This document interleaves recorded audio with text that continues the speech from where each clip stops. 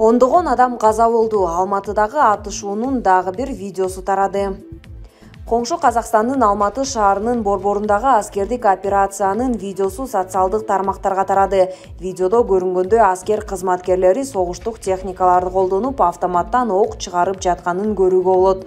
Өз кезегинде Казакстандын Ички иштер департаменти атайын операциянын натыйжасында ондогон адам жок кылынгандыгын билдирди. Учурда каза болгондордун аты жөнү такталып жатат. Бишкек убактысы боюнча саат 12:15 полиция департаментинин жанында атышуу жүрүүдө. Учурда аянтта топ-топ болуп турган адамдар желектерди желбиретип турушат. Буга чейин Алматынын борборунда катуу атышуу жүрүп жаткандыгы кабарланган. Шаарды коюу туман каптаганына байланыштуу журналисттер менен адамдарды аскер кызматкерлери 100 метрдей чет жакка жылдырышкан. Булак супер чекиткей. Эдил Байсалов: Кыргызстан үчүн казак элинин өткөн жакын жана кымбаты жок. Кыргыз аскерлеринин Казакстанга жөнөтүлүшүнө каршы өкмөт үйүндөгү митингчилерге министрлер кабинетинин төрагасынын орун басары Эдил Байсалов чыкты. Ал чогулгандарга тынчтык күчтөрү курал колдонбой, ал жерге мамлекеттик жана аскердик объектилерди кайтаруу үчүн гана барышат деп ишендирүүгө аракет кылды. Биз Казакстанда болуп жаткан окуяларды кайгы менен кабылдап жатабыз. Кыргызстан үчүн казак элинин өткөн жакын жана кымбаты жок. Билсеңиздер, Кыргызстандын позициясы акыркы убакка чейин Казакстандын бийлиги өз алдынча кырдаалды жөнгө салат деген позицияда болгон. Ага чейин да ишенич билдирдик. Бирок кошунасы бир тууганы жардам сурап кайрылганда терс жооп берүү мүмкүн эмес. Алар үчүн карапайым калк менен байланышпагыла деген шарт бар, деди Байсалов. Буга нааразы болгондор кыргыз бийлигин тарыхый катачылыкка жол бербөөнү эскертишти. Алар биздин солдаттарды ок чыгаруучу, жазалоочу кылбагыла деп кыйкыра башташты. Угармандардын пикиринде Кыргызстандын бийлиги прецедент түзүп, анан элде кандайдыр бир тополоң болуп кетсе, ЖККнун күчүн колдонууга, аскерлерди киргизүүгө болот. Нааразылык акциясына Реформа партиясынын лидери Клара Сооронкулова да катышууда. Анын пикиринде Кыргызстандын аскерлери Казакстанга дагы эле жөнөтүлүүдө. Анткени парламент президенттин чечимин бир ооздон колдойт. Эгерде депутаттар башкача чечим кабыл алса, бул мен үчүн чоң сюрприз болмок. Алар баш тартуусу керек деп эсептейм, анткени бул биздин тышкы милдетибиз эмес. Бул учурда Казакстанга башка мамлекет тараптан эч кандай коркунуч жок. Токаев булар террорист дейт, бирок андай эмес. Эгер алар террорист болсо, анда эмне үчүн аскер кызматкерлери алардын тарабына өтүп кетти? Токаев өз мамлекетине, анын бүтүндүгүнө каршы кылмыш жасап жатканы көрүнүп турат, деди Сооронкулова. Анын айтымында абал Казакстан үчүн өтө кооптуу. Кыргызстан болуп жаткан баардык нерсеге баа берип, кийлигишүүдөн алыс болушу керек. Алар бизди бул тынчтыкты сактоо миссиясы деп ишендирүүгө аракет кылып жатышат. Бул жөн эле куулук. Миссия мыйзамдуулукту, коопсуздукту жана туруктуулукту камсыз кылууга милдеттүү. Ал эми тынчтык миссиясынын алкагында аскерлер курал колдоно алат. Биздин курал колдонулбайт деп ишендирүүгө аракет кылып жатышат. Бирок андай эмес. Россиянын кызыкчылыгы бар экени анык. Анын объектилери Казакстандын аймагында жайгашкан. Мунун бизге эмне кереги бар, деп таң калат ал. Сооронкулова: эгер Казакстан башка өлкөнүн агрессиясына кабылса, биздин эл ЖКК болбосо да коңшуларга жардамга бармак. Ал эми мында Кыргызстан алыс болушу керек болгон геосаясат, деп жыйынтыктады. Булак Назарньюз, Чекиторг. Армения Казакстанга жоокерлерин жөнөттү. Армениянын аскерлери Казакстанга жөнөп кетишти. Бул тууралуу Спутник Армения билдирди.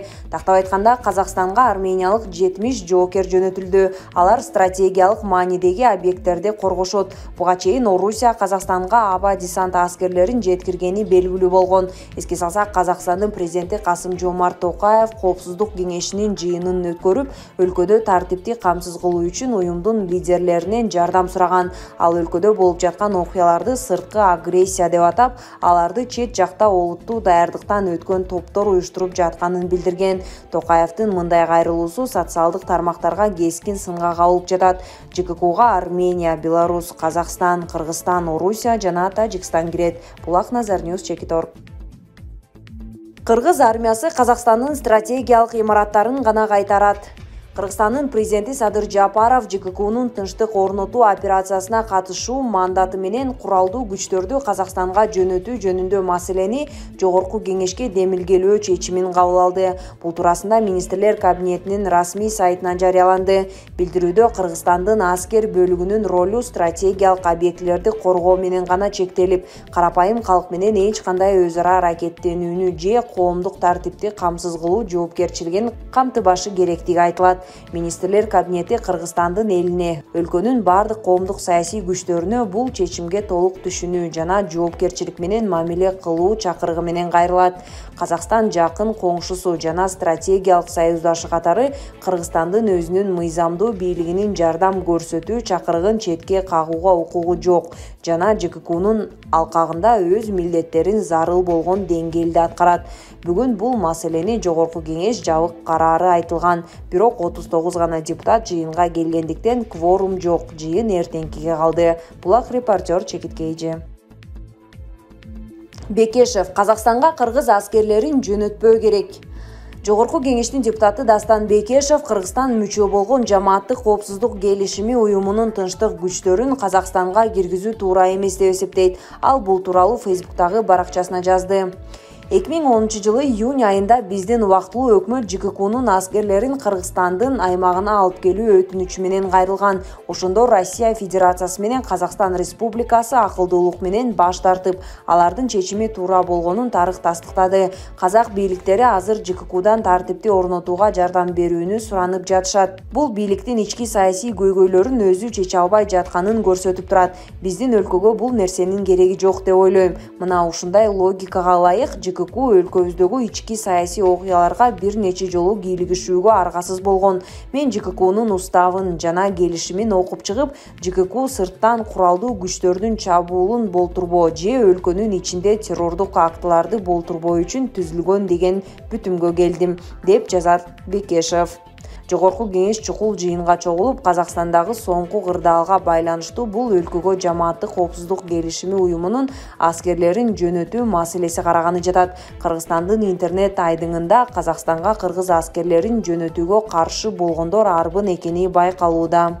Булак лайк Чекиткейжи. Эрулан Кокулов: Мен деле силер сыяктуу көп нерсени билбейм. Позициям бар, бирок айтпайм. Бул тууралуу Жогорку Кеңештин депутаты Эрулан Кокулов бүгүн 6 январда журналисттерге жана жарандык активисттерге жооп берип жатып билдирди. Менин позициям ал менин позициям. Азыр эч нерсе дей албай жатканымдын себеби бул мен деле силер сыяктуу көп нерсени билбейм, бирок азыркы кырдаалга карата өз жообумду берем. Позициям бар, бирок эмне мен аны сөзсүз айтышым керекпи? Эмнеге? Ошол маселе добуш берүүгө коюлганда билдирем. Элге каршы чечим кабыл албайм, деди депутат. Жогорку Кеңеште Казакстанга кыргыз аскерлерин жөнөтүү чечилмек, бирок кворум топтолбой жыйын эртеңкиге жылдырылды. Ошондой эле Ак үйдүн имаратынын жанында Казакстанга ЖККнун тынчтык орнотуучу күчтөрүн киргизүүгө каршы акцияда болуп өттү. Булак Назарньюз, Чекиторг. Тажикстан Казакстанга 200 аскерин жөнөтөт. Тажикстан Казакстандагы кырдаалга байланыштуу Алматы шаарына 200 аскерин жөнөтөт. Бул тууралуу укук коргоо органдарындагы өздүк булагына таянуу менен Тажикстандын жергиликтүү басылмалары жазышты. Маалыматка ылайык, аскерлер ЖККнун алкагында Казакстанга барып, коомдук коопсуздукту камсыздоого жардам берет. Буга чейин Орусиянын аскер кызматкерлеринин Казакстандын Алматы шаарына жөнөп жаткан видеосу жарыяланган. Кечээ Казакстандын мамлекет башчысы Касым-Жомарт Токаев Жамааттык коопсуздук келишим уюмундагы өнөктөштөргө кайрылганы айтылган. Булак Супер Чекиткейжи.